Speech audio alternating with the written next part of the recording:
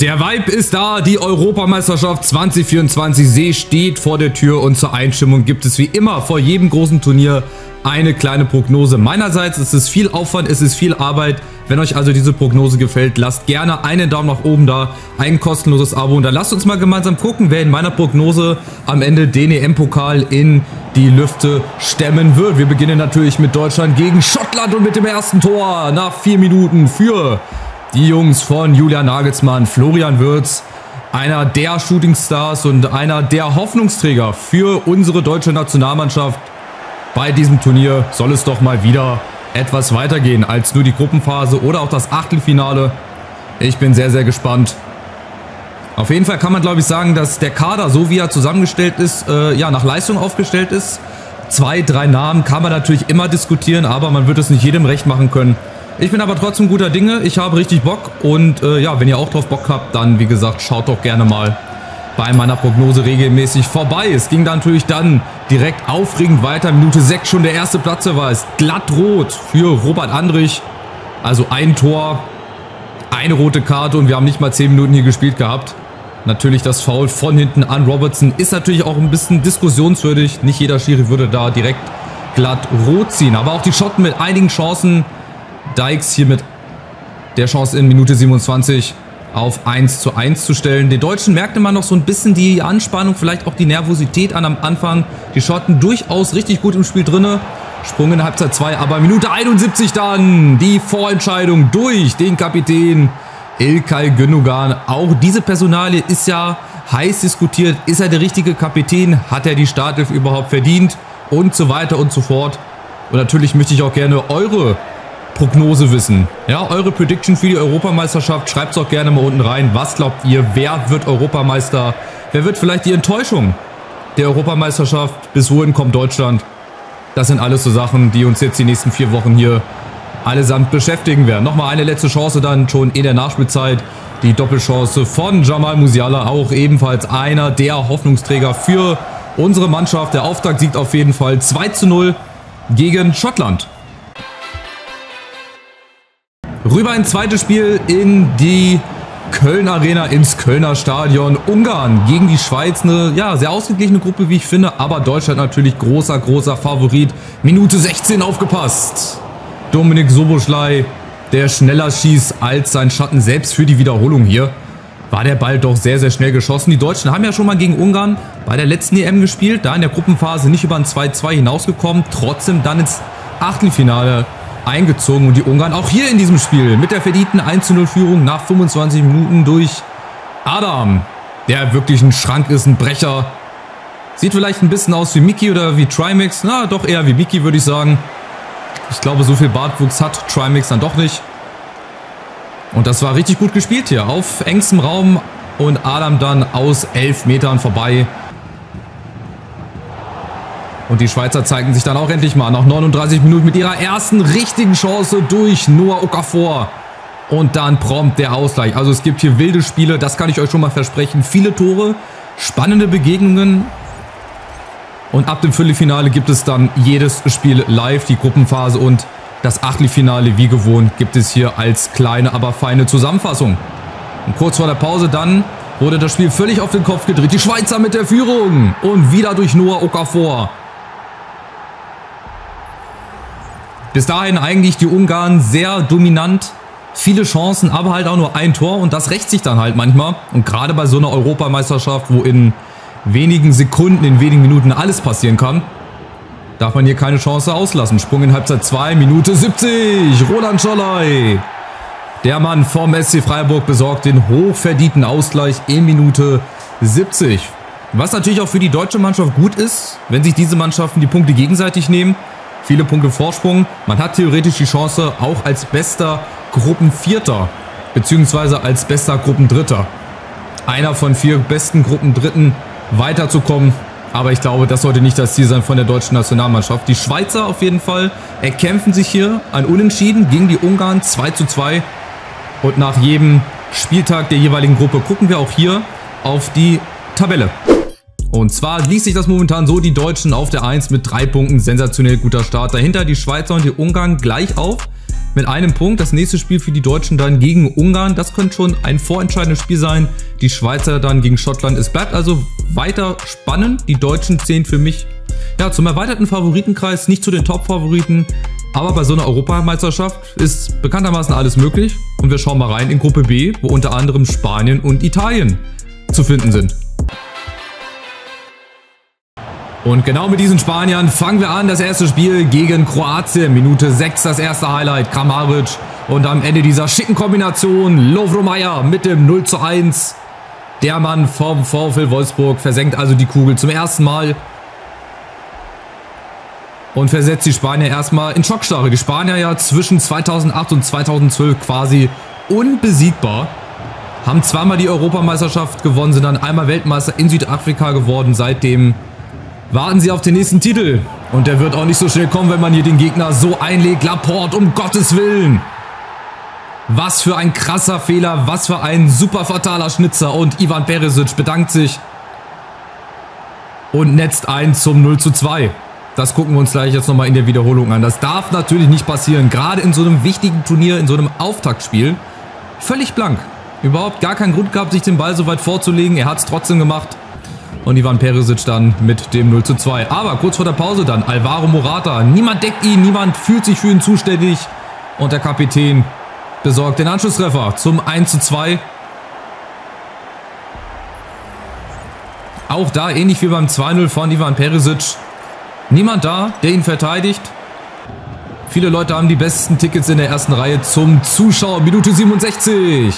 Apropos Tickets zum Zuschauen. Auch dieses schöne Tor konnten sich die Spanier aus nächster Nähe angucken. Das 1:3 durch den Hoffenheimer Andrej Kramaric, der genau da weitermacht, wo er am Ende der Bundesliga-Saison aufgehört hat. Hat er noch ein paar Tore genetzt.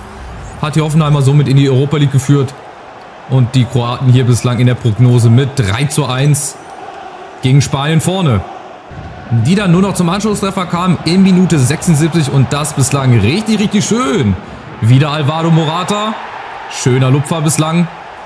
Im dritten Spiel dieser Prognose das schönste Tor, aber es kommen ja noch ein paar. Es kommen noch ein paar Tore, es kommen noch ein paar spannende Begegnungen, viele aufregende Szenen. Von daher bleibt auf jeden Fall dran, damit ihr diese hier nicht verpasst. Ja, schöner Lupfer, aber am Ende des Tages war das dann zu wenig. Die Spanier rannten dann vergebens an, scheiterten immer wieder an der kroatischen Mauer, die sich dann natürlich aufstellte in den vergangenen Minuten. Und somit dann am Ende der Sieg für die Kroaten. 3:2 gegen Spanien. So kann man mal in ein Turnier starten. Und die Spanier müssen zusehen, dass sie schnellstens in die Spur kommen, wenn sie nicht schon nach der Gruppenphase wieder nach Hause fliegen wollen. Italien gegen Außenseiter Albanien. Die erste Chance nach knapp 19 Minuten durch Federico Chiesa, der ja bei der letzten EM quasi gefühlt im Alleingang die Italiener ins Finale geschossen hat und dann am Ende ein bisschen Glück auch im Elfmeterschießen damals gegen England und die Italiener in Minute 39 mit der Führung durch Fratesi. Viele Chancen hat es gebraucht, kurz vor der Pause hat es dann geklappt. Albanien, so die graue Maus in dieser Gruppe B natürlich, nur Außenseiterchancen auf Platz 3, wenn überhaupt, aber da müsste schon ganz, ganz viel zusammenkommen. Aber wer weiß, bei dieser EM, da kann auf jeden Fall einiges passieren. In Halbzeit 2 schalteten die Italiener dann ja, unverständlicherweise 2, 3 Gänge zurück, verwalteten eher das 1:0. Und wurden somit dann noch bestraft, kurz vor dem Schluss. Aslani und da ist Bajrami. Der versenkt die Kugel hier im Signal Iduna Park. Und bringt die Italiener zum Schweigen. Wie sagt man so schön, wenn du vorne die Chancen nicht nutzt und die Tore nicht machst, dann bekommst du sie hinten. So eine Nation wie Albanien, eine Mannschaft wie Albanien, die über den Kampf natürlich kommt, wenig individuelle Qualität, aber dann trotzdem so ein schönes Tor. Bajrami netzt ein. Ja, kleine Schockstarre für die Italiener, die natürlich jetzt auch unter Druck stehen in den letzten beiden Spielen gegen Spanien und gegen Kroatien. Für mich persönlich 50-50 Spiele. Am Ende wird auch die Tagesform entscheiden, wer weiterkommt und Albanien. Mit ganz, ganz kleinen Außenseiterchancen aufs Weiterkommen. Und auch hier gucken wir kurz auf die Tabelle. Die zeigt nämlich, dass Kroatien momentan auf der 1 ist, dahinter dann Albanien und Italien. Beide mit einem Punkt, die Spanier jetzt schon unter Zugzwang. Die Gruppe für mich persönlich sehr, sehr interessant. Albanien mit Außenseiterchancen. Es sind noch 2 Spiele und ich bin sehr, sehr gespannt, wer sich hier am Ende durchsetzen wird. Gruppe C bestehend aus Slowenien, Dänemark, Serbien und Topfavorit England. Die erste Chance durch Cerin abgefälscht in die Mauer, der Freistoß und die Dänen auf der anderen Seite in Persona von Jesper Lindström völlig frei. Die XXL Monsterchance, die Dänen hier mit 1:0 in Führung zu bringen, die etwas leicht favorisiert waren in diesem Spiel. Dazu, wie gesagt, die Serben, die Engländer für mich auch mit einer der Top-Favoriten neben Frankreich. Und in dieser Gruppe natürlich auch selbstverständlich, dass sie sich hier durchsetzen. Aber dahinter könnte es dann sehr, sehr spannend werden. Dänemark und Serbien werden sich sicherlich um Platz 2 streiten. Die Slowenen vielleicht mit kleinen Außenseiterchancen. Die Dänen dann in Unterzahl. Stryger Larsen hatte die rote Karte gesehen. Und in der 38. Minute war es dann Andres Sporer, der Mann vom 1. FC Nürnberg, der nach Vorlage von Stojanovic zum 1:0 einschoss. Und somit ein sonst sehr, sehr chancenarmes, sehr verhaltenes Spiel. Man merkte beiden Mannschaften noch so ein bisschen die Nervosität an. Niemand wollte zu sehr was riskieren, gerade im ersten Gruppenspiel. Aber die Slowenen haben sich dann am Ende durchgesetzt. Mit 1:0, Halbzeit 2 können wir uns völlig schenken. Keine Highlights, viel Mittelfeldgeplänkel und somit die Slowenen überraschend mit dem 1:0-Sieg. Und die Dänen damit schon an Spieltag 2 ein wenig unter Druck. Im zweiten Spiel der Gruppe dann in Gelsenkirchen auf Schalke. Serbien gegen England. Die erste Chance nach 20 Minuten für die Serben. Die Engländer brauchten ein bisschen am Anfang, um reinzukommen in dieses Turnier, in dieses Spiel. Und dann gab es auch tatsächlich einen Elfmeter. Nach 32 Minuten Jude Bellingham, der frisch gekrönte Champions-League-Sieger von Real Madrid. Dort gefoult von Stranja Pavlovic, der dann auch die gelbe Karte bekam. Hier sehen wir es nochmal mit Vanja Milinkovic-Savic dann im Tor zusammen. Den Elfmeter, den kann man schon geben. Und da gibt es ja einen, der auch bei den Bayern quasi Mr. 100% ist. Harry Kane, natürlich auch in der Nationalmannschaft. Der Schütze Nummer 1 und der trat an gegen Milinkovic-Savic im Tor. Der verlädt den ganz eiskalt, ganz klassisch ins linke untere Eck. Milinkovic-Savic auf dem Weg ins andere Eck. Und Harry Kane tritt nicht nur die Eckfahne oben, sondern auch den Ball ins Tor zum 1:0. Werden es die Engländer endlich dieses Jahr. It's coming home. Jedes Jahr, jedes Turnier aufs Neue. Aber bislang der einzige Titel 1966. Die nächste Chance dann und auch das nächste Tor von Harry Kane in der Nachspielzeit der ersten Halbzeit. Wieder eigentlich ganz easy peasy freigespielt von Jude Bellingham. Und wieder tritt er da die Eckfahne um. Ich weiß nicht, was ihm die Eckfahne getan hat. Auf jeden Fall momentan seine Seite zum Freuen. Harry Kane dann, ja, wie gesagt, eigentlich problemlos ins Tor. 2:0. Und in Halbzeit 2 ging es dann so dahin für die Serben. Nächste Chance, Jude Bellingham und Foden eigentlich auch völlig frei im Strafraum. Das ist ganz, ganz katastrophal verteidigt von den Serben. Zu einfaches Spiel für Phil Foden. Nicht besonders schwer für die Engländer. Ein leichtes Aufgalopp, das erste Spiel. Da ist man immer froh, wenn man es halbwegs leicht irgendwie hinbekommt und mit einem guten Ergebnis hier reinstartet. Dann der Sprung in Minute 67. Harry Kane dann mit der Vorlage auf Jude Bellingham. Jetzt darf er selber ran. Hat er den Elfmeter rausgeholt. Das 2:0 selber vorbereitet und das dritte Tor mit seiner Geste. Dann natürlich selber. Das vierte Tor natürlich. Das dritte Tor hatten wir schon durch Phil Foden. Und das auch zu leicht. Also die Serben, die fielen in Halbzeit 2 völlig auseinander. Der Schlusspunkt dann in Minute 94 durch Saka, der bei der letzten Europameisterschaft der unglückliche und tragische Held war, wenn man möchte. Hat den letzten und entscheidenden Elfmeter verschossen gegen Italien. Wird aber bei dieser EM, denke ich, eine bessere Figur abgeben. Und die Engländer gewinnen somit souverän und völlig verdient 5:0 gegen Serbien. Unterstreichen somit ihren Anspruch, den Titel zu holen, als großer Favorit. Und in der Tabelle sieht das dann folgendermaßen aus. Die Engländer ganz vorne, die sich wahrscheinlich durchsetzen werden mit 5:0 das Torverhältnis. Seien ja die Slowenen ein bisschen überraschend, die Dänen und die Serben streiten sich, glaube ich, trotzdem um Platz 2. Gruppe D besteht aus Österreich, Frankreich und den beiden Protagonisten der ersten Partie, nämlich Polen und den Niederländern, die vielleicht auch zum erweiterten Favoritenkreis gehören. Weiß ich nicht genau, schreibt es mal unten in die Kommentare rein. Auf jeden Fall ging sie hier nach 12 Minuten durch. Gakpo in Führung. Der Mann vom FC Liverpool bleibt eiskalt von dem Tor. Das ging richtig schnell durchs Mittelfeld, weil natürlich aber auch ganz schön viel Platz da war. Und am Ende dann ein schönes Tor. Sprung in Halbzeit 2, Minute 58. Was die Niederländer können, das können die Polen auch. Schnell und direkt nach vorne. in Persona von Lewandowski und dann am Ende Arkadiusz Milik mit dem Ausgleich.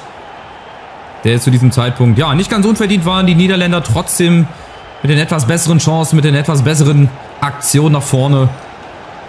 Aber die Polen mit dem zwischenzeitlichen Ausgleich. Dann aber wieder die Führung für die Niederländer nach einer Ecke. Jetzt haben wir ein Elfmetertor. Schönes Lupfertor von Morata. Jetzt haben wir auch endlich mal ein Eckballtor von Denzel Dumfries. Ja, auch ein wenig überraschend. Da hätte man vielleicht auch Virgil van Dijk erwartet.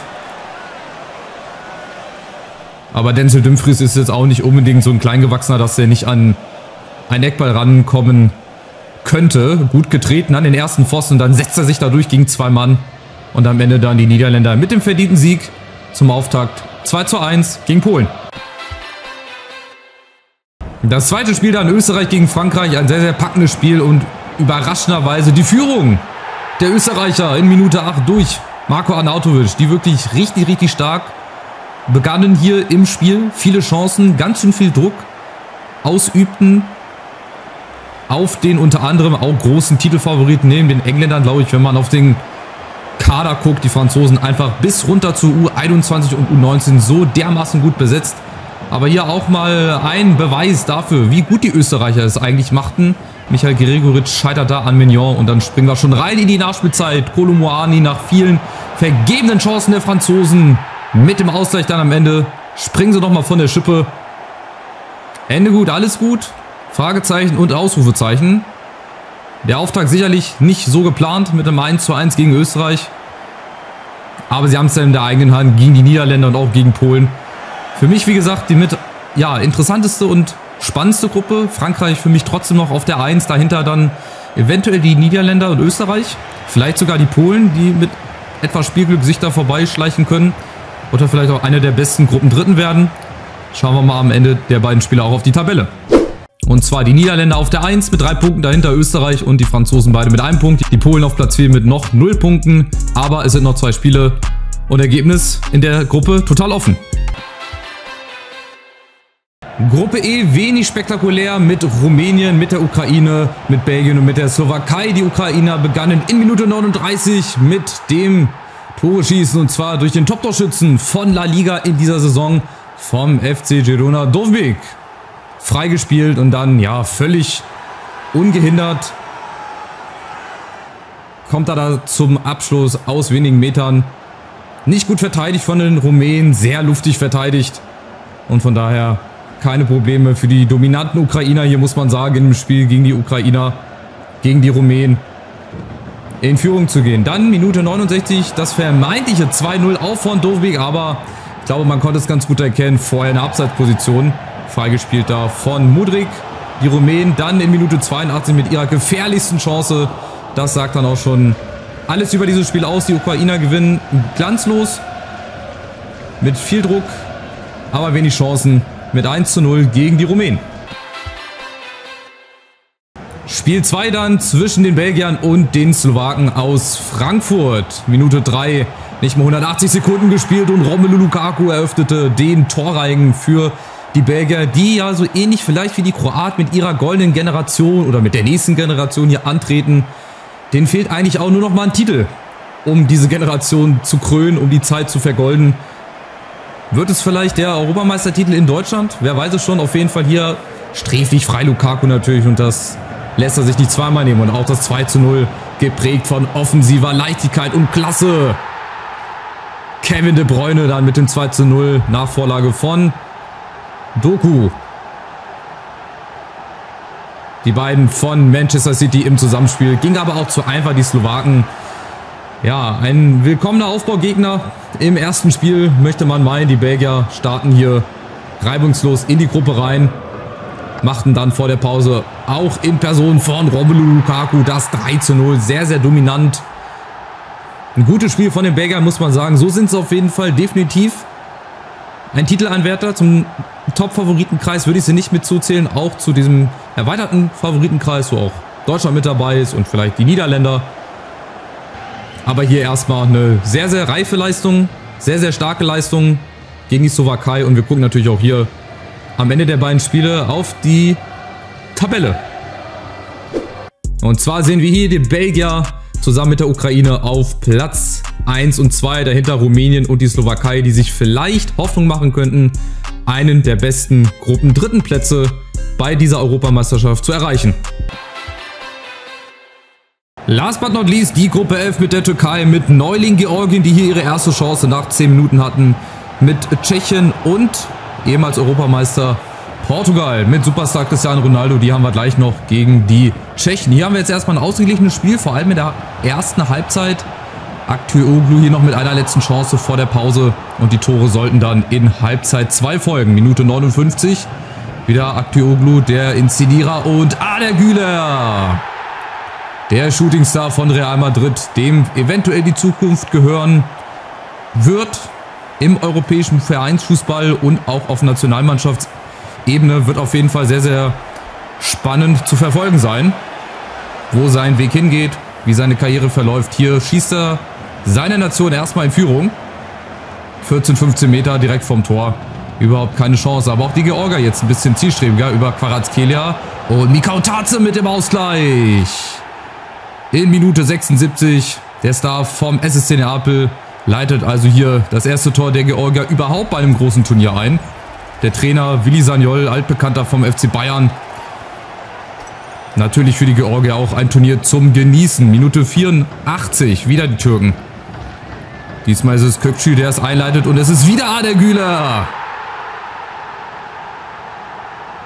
der die Türken erneut in Führung brachte. Die Türken können auch ähnlich wie die Deutschen natürlich auf eine zahlreiche Unterstützung ihrer Fans hoffen und vielleicht von der Euphorie getragen werden bis ins Viertelfinale, Halbfinale, je nachdem. Da könnt ihr auch gerne mal eure Prognose unten in die Kommentare reinschreiben, was ihr meint, wo die Türkei bei diesem Turnier landen wird. Hier erstmal der Auftaktsieg gegen Georgien. Die müssen sich aber auch nicht verstecken und wir schauen mal, was die Portugiesen gemacht haben. Die hatten es nämlich im Parallelspiel in Leipzig mit den Tschechen zu tun. Und genau diese hatten die allererste große Chance dieses Spiels nach 9 Minuten. Ložek von Bayer Leverkusen, freigespielt von Souček. Aber auch die Portugiesen mit einer Vielzahl an Chancen. Vor allem dann in Halbzeit 2 mit ihrer großen Qualität im Kader. Rafael Leao, Nummer 1 zu den Cristiano Ronaldo natürlich. Bernardo Silva, Jota noch auf der Bank. Und eben jener Altmeister Ronaldo auch mal mit einer Chance. Der Europameister von 2016, können sie es wiederholen? Bruno Fernandes natürlich auch nicht zu vergessen, das ist die große Frage. Und dann, ja, schon so etwas wie eine Majestätsbeleidigung. In Minute 86 Ronaldo raus, Jota rein. Wenn ich die Szene euch zeige, dann wisst ihr wahrscheinlich schon, was gleich passieren wird. Die Holding Six natürlich auch mit dabei mit Palhinha, Neves und da ist ausgerechnet Diego Jota. In Minute 89. Der das Spiel dann doch noch zugunsten der Portugiesen entschied. Und das war hochverdient. Vor allem in Halbzeit 2 viele Chancen gehabt, hochgestanden, gutes Pressing. Die Tschechen mit wenigen Aktionen. Und von daher diese eine Aktion, die dann reicht. Der eine Geistesblitz, die individuelle Klasse von Jota besorgt den Portugiesen den Einzelsieg gegen die Tschechen. Und auch hier schauen wir ein letztes Mal auf die Tabelle.